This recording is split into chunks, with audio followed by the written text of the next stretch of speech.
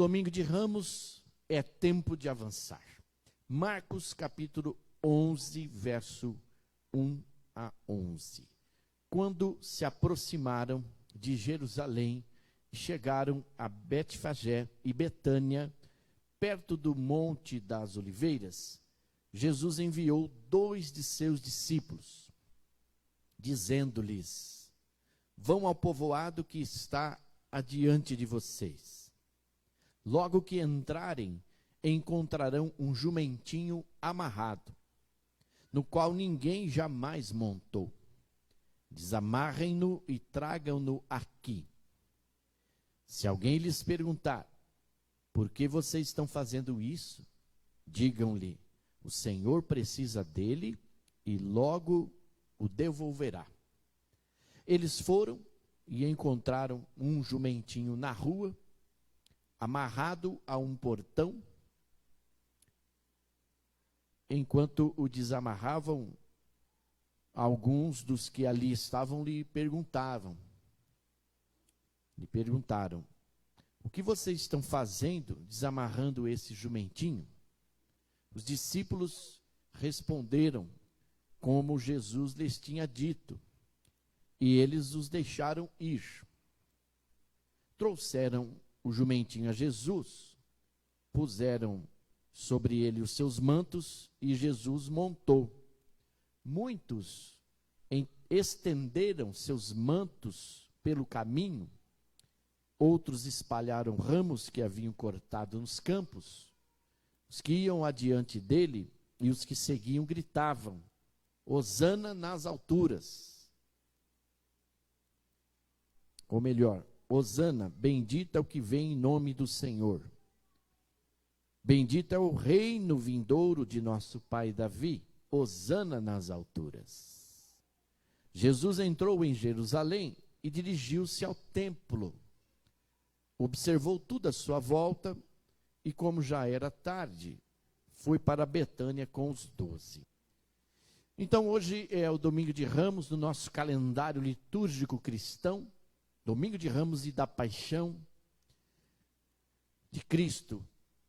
Temos também como semana a denominação de Semana Santa, que significa santa, significa separada. Tudo que é santo na Bíblia significa separado, consagrado para um propósito. Essa semana santa, essa semana separada. E essa semana ela é iniciada a partir desse texto que relata a entrada triunfal de Jesus Cristo em Jerusalém. Esta semana nos conduz à Páscoa, ao domingo que vem. A Páscoa que era também a festa anual dos hebreus, transformada em memorial da sua saída do Egito. E com a chegada de Jesus Cristo, a Páscoa tornou-se a festa anual dos cristãos. Festa esta que comemora a ressurreição de Cristo. E por tratar-se de uma importante festa anual, era costume dos judeus subirem para Jerusalém para se purificarem dias antes da Páscoa. E isso eles faziam por imersão nas águas e vestindo roupas limpas. A partir de então eu penso, será que essa era uma purificação exterior? Haja vista que Jesus purificara por si próprio os seus discípulos antes da festa da Páscoa, mas com uma purificação, com uma representatividade interior, de dentro para fora. Exatamente essa é a mudança que Deus faz nas nossas vidas. Essa é a mudança que Jesus, o Cristo, veio apresentar, não só para os seus discípulos, mas para todos nós, igreja do Senhor. Uma mudança que venha de dentro para fora, uma purificação que nasça de dentro do nosso coração para o nosso exterior. É para a gente pensar um pouco. E é nesse período ou seja, 6 dias antes da Páscoa, Jesus vai para Betânia, e lá ele teria a maior surpresa vinda do ser humano. Lá em João 11, 55 a 57, vai dizer que lá, quando chegou, Jesus iria se deparar com um plano para tirar sua vida. E é interessante notar esse texto, para quem quiser ler depois, a partir de João capítulo 11, que por 2 vezes ali nós observamos uma conspiração para matar Jesus, vinda dos próprios religiosos. É impressionante. Estava relendo esses textos paralelos à ida de Jesus para Betânia, e é perceptível no Evangelho de João essa conspiração religiosa. E isso é grave. Isso denota, isso acusa muita coisa. Mas não vou me delongar nesse aspecto, mas o fato é que nesta semana, mais uma vez, mais um ano, nos é dado o privilégio de acompanhar nosso Senhor e Salvador Jesus Cristo em mais uma jornada, em mais uma viagem. Nós avançaremos por um caminho específico nesta semana, o caminho do Domingo de Ramos. Esse caminho é a estrada para Jerusalém, um caminho conhecido pelos discípulos. Eles sabiam que, chegando a Betânia, contornariam o Monte das Oliveiras, como é citado também no texto sagrado, e veriam a cidade de Jerusalém. Eles já tinham feito esse trajeto com Jesus antes. Avançavam novamente para a cidade, que nesta semana estava lotada com milhões de pessoas para celebrar a Páscoa. Jesus também conhecia bem essa estrada. Ele percorrera desde pequeno, seus pais José e Maria o levavam para Jerusalém todos os anos para a celebração da Páscoa. Dizem que era um caminho magnífico, uma estrada maravilhosa para os peregrinos que iam a Jerusalém. Era uma estrada especialmente empolgante. Ao transpor os aproximados 800 metros de altura do Monte das Oliveiras, lá estava ela, a cidade santa, Jerusalém. E lá do alto monte, você veria o templo que brilha à luz do sol da tarde. Você veria os altos e imponentes portões da cidade. Você se lembraria da grande história de tudo, como o rei Davi primeiro chamou aquele pedaço de chão de a cidade de Deus. Você veria como Salomão construiu lá o primeiro glorioso templo de adoração ao nosso Deus. Você recordaria os anos de luta, quando a cidade caiu em ruínas durante os 70 anos de cativeiro, até que Neemias reconstruiu suas paredes ou seus muros. A própria estrada era conhecida, a própria estrada era amada, mas a jornada daquele Domingo de Ramos era completamente diferente. A estrada não era diferente, mas as coisas no caminho e o resultado final seriam diferentes de qualquer outra viagem que lá ou que já se fez para Jerusalém. E nesse caminho encontraremos 2 questões especiais e importantes: um jumentinho e uma multidão que clama hosana. Um jumentinho e uma multidão que clama hosana. Eu quero trazer exatamente esses 2 aspectos para nós. a representatividade da escolha do jumentinho e a representatividade da multidão que clama Hosana. Mas vamos ver o primeiro tópico, o primeiro aspecto, a primeira questão importante. O verso 1, 2 e 3, que lemos, nos traz a escolha do jumentinho. O jumentinho, você sabe, se tornou uma figura na história, ao ficar ligado para sempre a Jesus, na sua entrada triunfal em Jerusalém e na aclamação do povo. Por que Jesus não escolheu um cavalo? Porque cavalos eram usados ou eram de uso exclusivo dos romanos, como instrumento de guerra. E era impossível para judeus comuns utilizar cavalos. Mas qual o real significado da escolha de um jumentinho? Ou qual a representatividade da escolha do jumentinho? E o que isso tem a ver comigo e com você nesta semana santa, a partir deste domingo de Ramos? Dois aspectos ou duas respostas por conta desta indagação. Por que foi escolhido um jumentinho? Zacarias 9:9, exatamente primeiro para o cumprimento da profecia relatada pelo profeta Zacarias no capítulo 9 e no versículo 9. Vamos ler juntos? Alegre-se muito, filha de Sião, exulte, filha de Jerusalém. Eis que o seu rei vem a você, justo e vitorioso, humilde e montado em um jumento, em um jumentinho, cria de jumenta.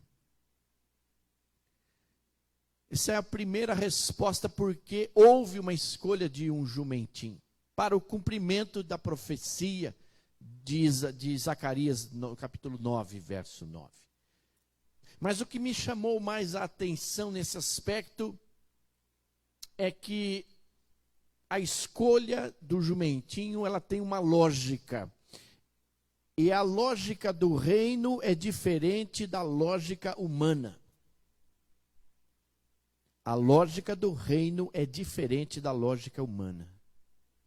Além da limitação política, no século I, o jumento era um animal de pouca importância, usado apenas para transportar cargas pesadas. E Jesus prefere montar nesse animal ao entrar em Jerusalém.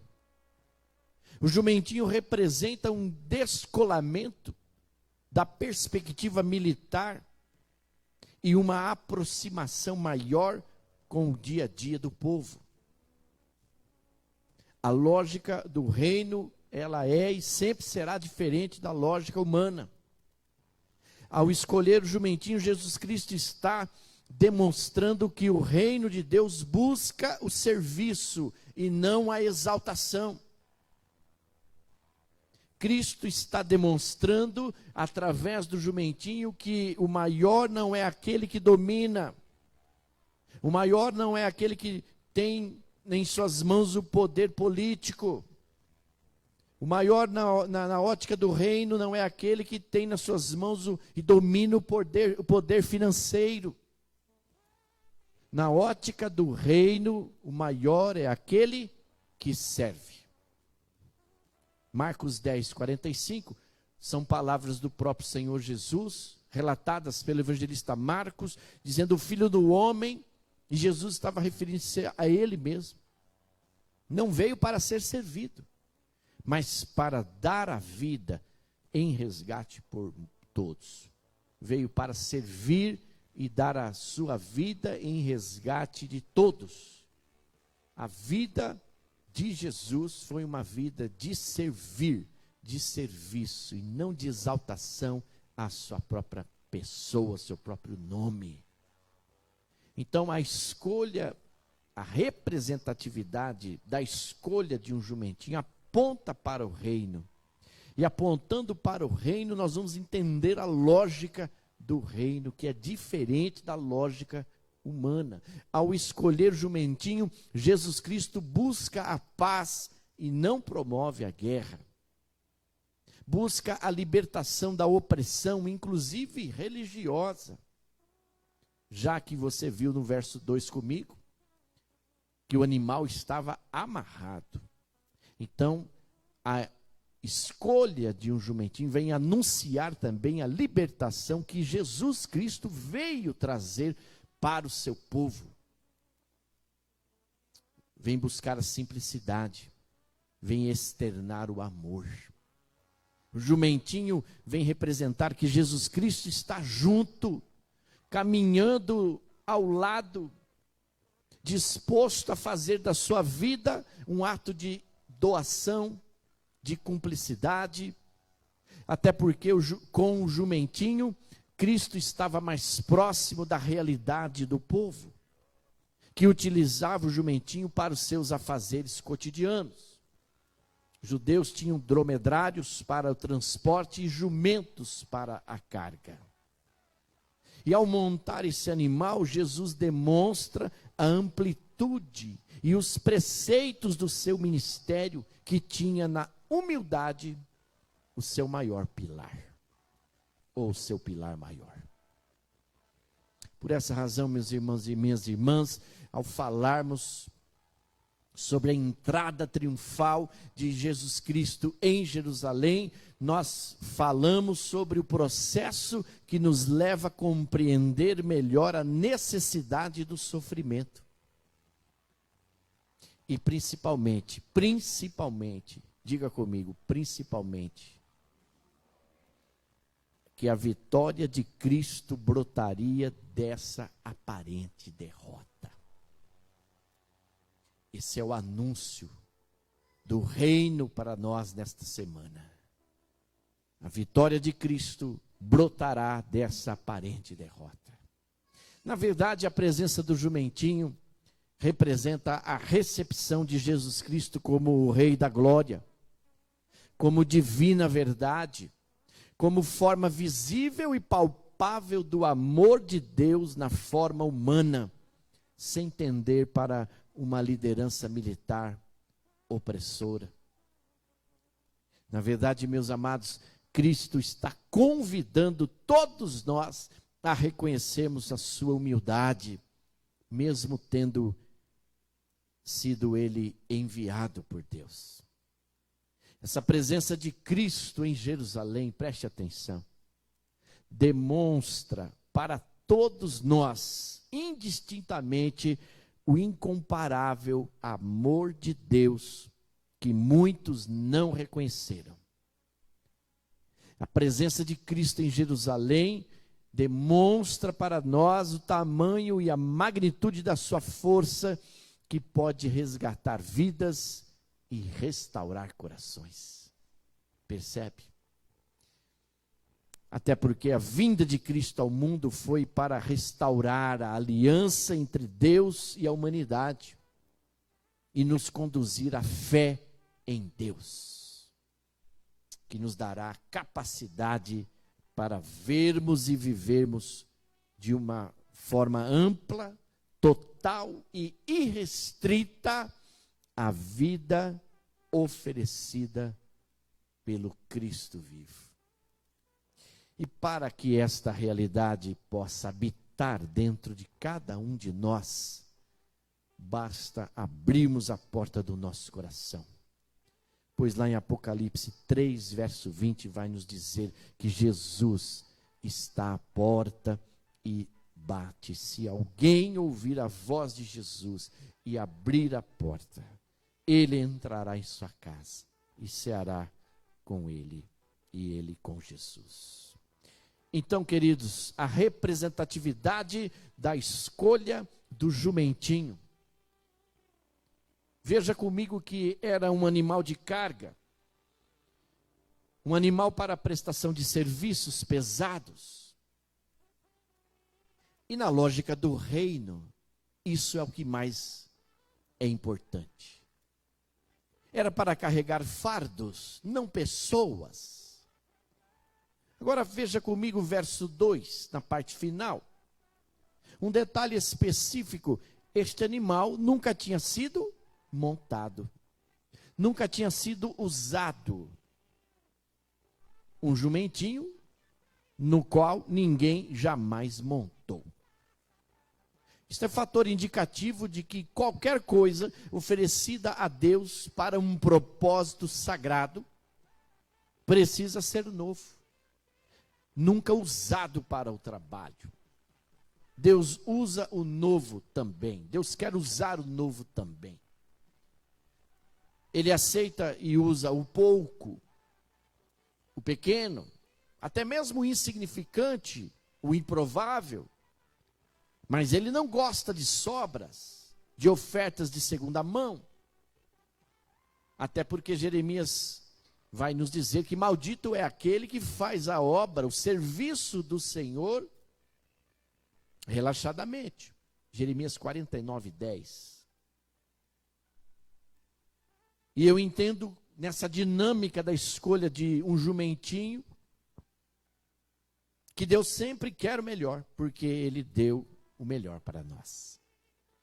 Agora é importante, se nós queremos oferecer algo para o serviço do Senhor, quer sejam pequenas coisas ou poucas coisas, quer sejam coisas grandes ou finas, mas usadas, sobras, não esperemos que Deus faça grandes coisas com isso. Veja o verso 4, os discípulos eles avançaram na missão que lhes foi designada, e eles acharam as coisas, exatamente como Jesus havia dito, exatamente como Jesus havia predito. O verso 4 vai dizer, eles foram e encontraram um jumentinho na rua, amarrado a um portão. Enquanto desamarravam, houve ali um questionamento, e eles precisam responder a respeito dessa pergunta. Eles precisam responder ao dono do jumentinho. Mas eles vão responder somente o que Jesus havia lhes falado. E eles voltaram com o jumento. Verso 5. Alguns dos que estavam ali perguntaram: o que vocês estão fazendo, desamarrando esse jumentinho?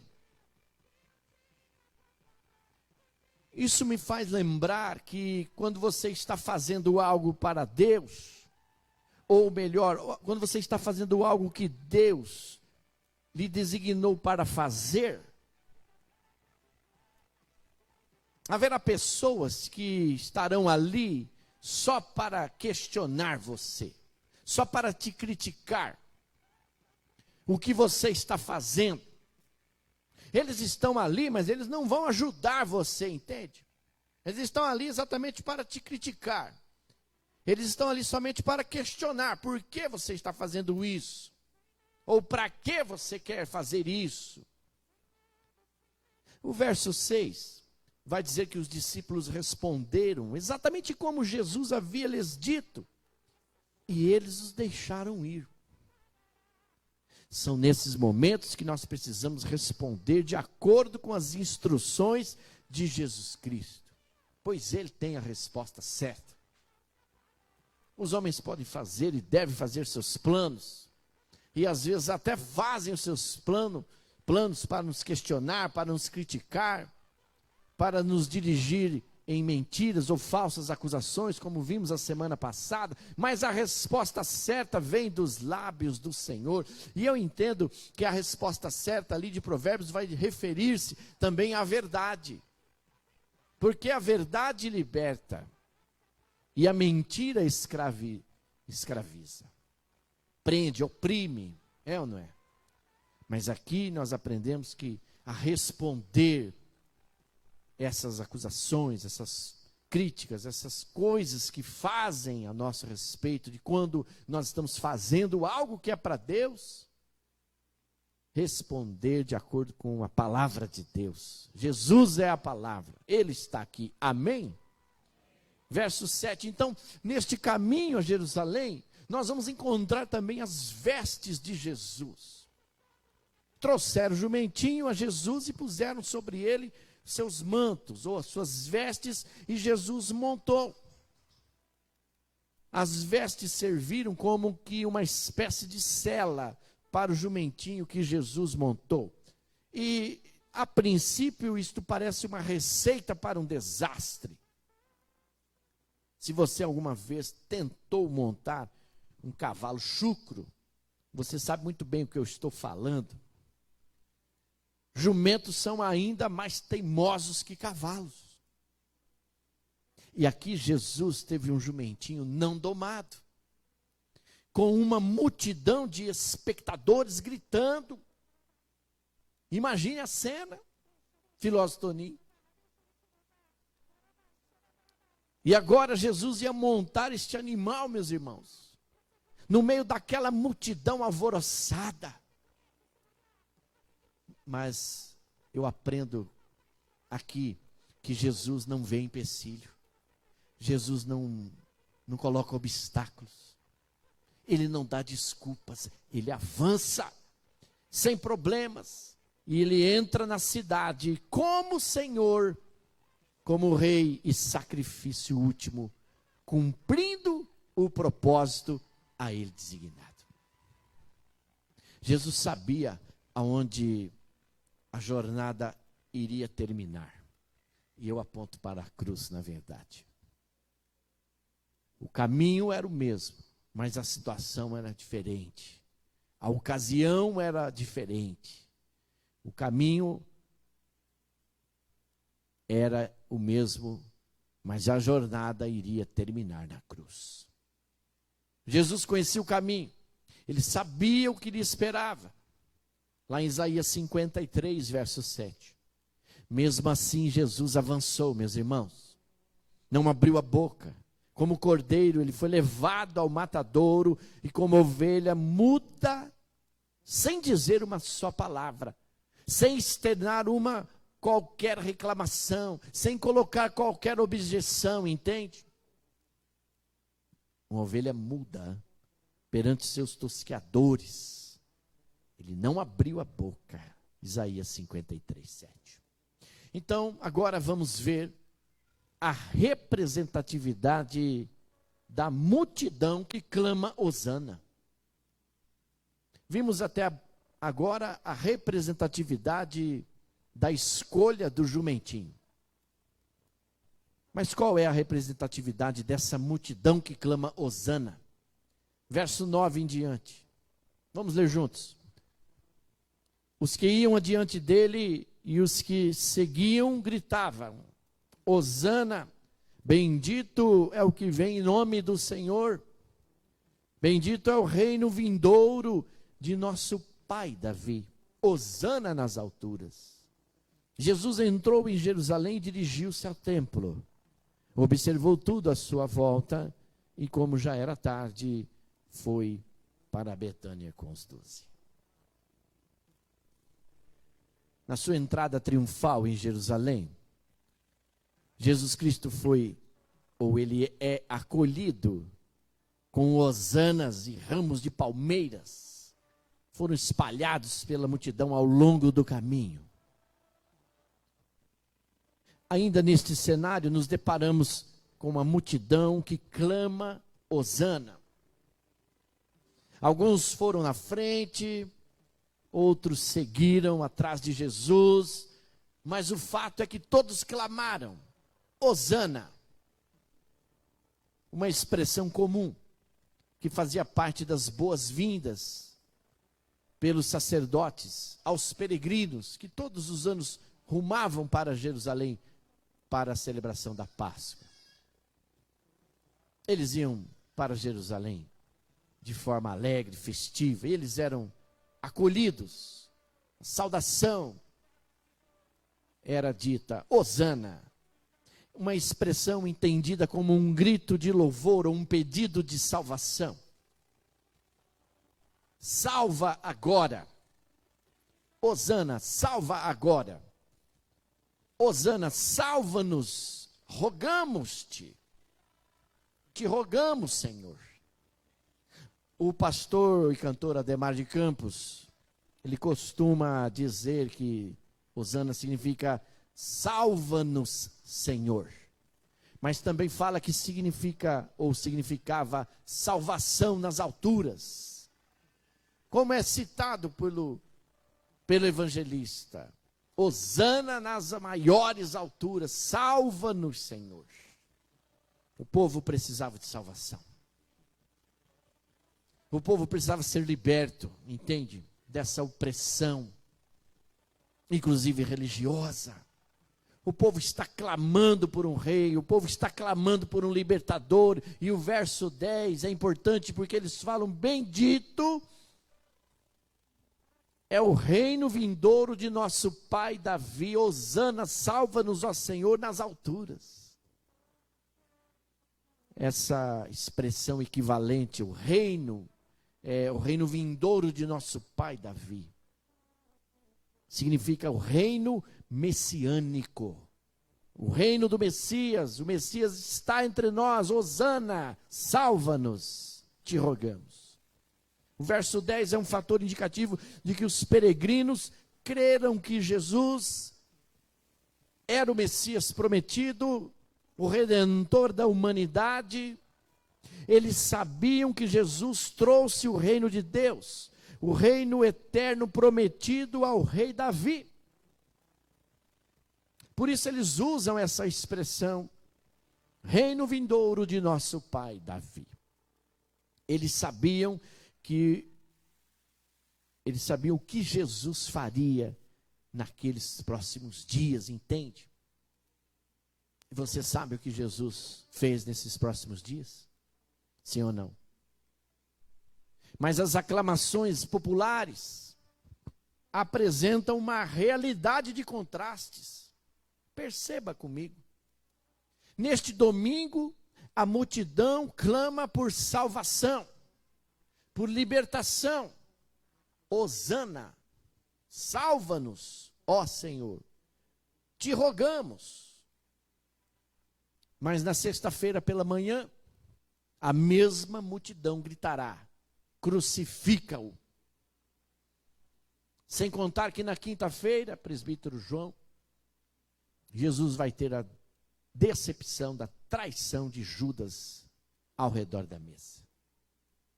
Mas neste domingo nós vemos a multidão colocar ramos de palmeiras diante dele. Na sexta-feira veremos as mulheres seguir a Jesus com lágrimas na Via Crucis, ao ver o seu Cristo, o seu Salvador ungido, ao ver o seu sangue, o seu suor gotejar em forma de sangue, enquanto ele carrega aquela maldita cruz. Mas Jesus avança para o confronto com as trevas. Jesus avança para a quinta-feira da traição. Jesus avança para a sexta-feira do abandono, a tortura, a sua morte horripilante na cruz. Ele avança. Mas há uma realidade de contrastes, anunciada pela multidão que clama Hosana. Concluindo, desta forma, o que essa história, o que esse domingo tem a ver conosco hoje, meus irmãos e minhas irmãs? Primeiro, aqui nós temos a outra oportunidade para ver o nosso Salvador e Rei em ação, avançando. E a cruz está vazia, e Ele fez tudo isso por nós. O domingo é de Ramos, mas a semana é do Senhor Jesus. Ele fez tudo isso por mim e por você. Essa semana tem tudo a ver com a gente, porque é a semana da nossa vida de volta, entende?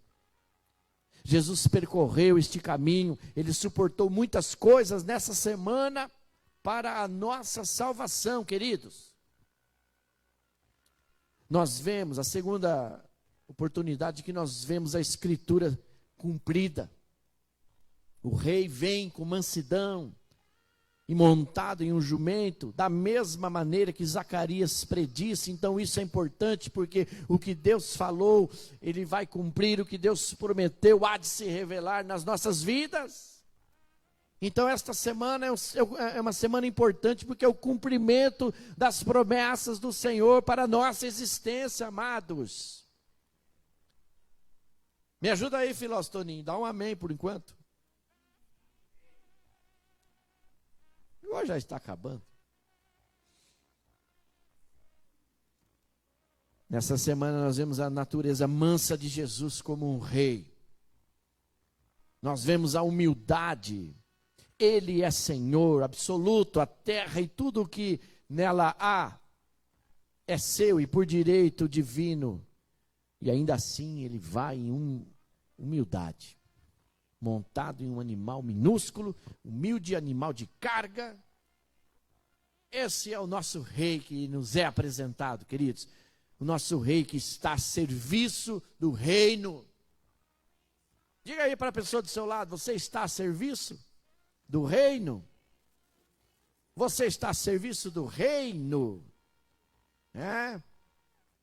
A sua resposta vai determinar sua fé. Porque Deus procura pessoas que queiram trabalhar na sua obra. Gente que queira estar a serviço do reino de Deus. Então, queridos, enquanto nós trilhamos o caminho do Domingo de Ramos, nós percebemos que todos nós percorremos a longa estrada da vida, um caminho único e sem volta. Quando Jesus nos chama, Joseph Carlos, ele só nos dá o caminho de ida. Ele só nos dá a passagem de ida, não a passagem de volta. Cleiton Costa. E quando nos faz parar, Sérgio, é para revermos as nossas estratégias para avançar. Então, cada caminho pode ser único, pode ser um pouco diferente. E embora nós conheçamos o caminho de nossas vidas, Jesus conhece a jornada. E realmente é a jornada dele, meus irmãos e irmãs. É a jornada dele em nossos corações. E nos corações e vidas de outros. Trata-se da vinda do reino dele. E não nós. Então, como igreja em Oswaldo Cruz, nós também temos essa tarefa de espalhar ramos e vestes pelo caminho. 2 Coríntios 2,15, deixando o rastro do bom perfume de Cristo. Essa é a nossa missão para esta semana também, presbítero Laudércio e demais irmãos. Espalhar ramos e vestes pelo caminho, deixando o bom perfume de Cristo. No centro do Domingo de Ramos está um caminho. É o caminho que o nosso humilde Salvador seguiu em majestade. Avançou para sofrer, avançou para morrer pelos nossos próprios pecados. Compartilhamos então essa palavra, compartilhemos essa palavra diariamente. E lembremos que nossas estradas realmente não são somente nossas. Elas são de Cristo. Jesus vai com a gente na jornada da vida. Nossas vidas pertencem ao seu reino. Pela fé, nós e os demais cristãos estamos sob o seu reino da graça, poder e misericórdia. Amém, meus irmãos? Que Deus abençoe a amada igreja, reunida aqui nesta noite. E aqueles que nos acompanham pela internet. Vamos orar. Eu convido você a ficar de pé comigo, se você puder e quiser.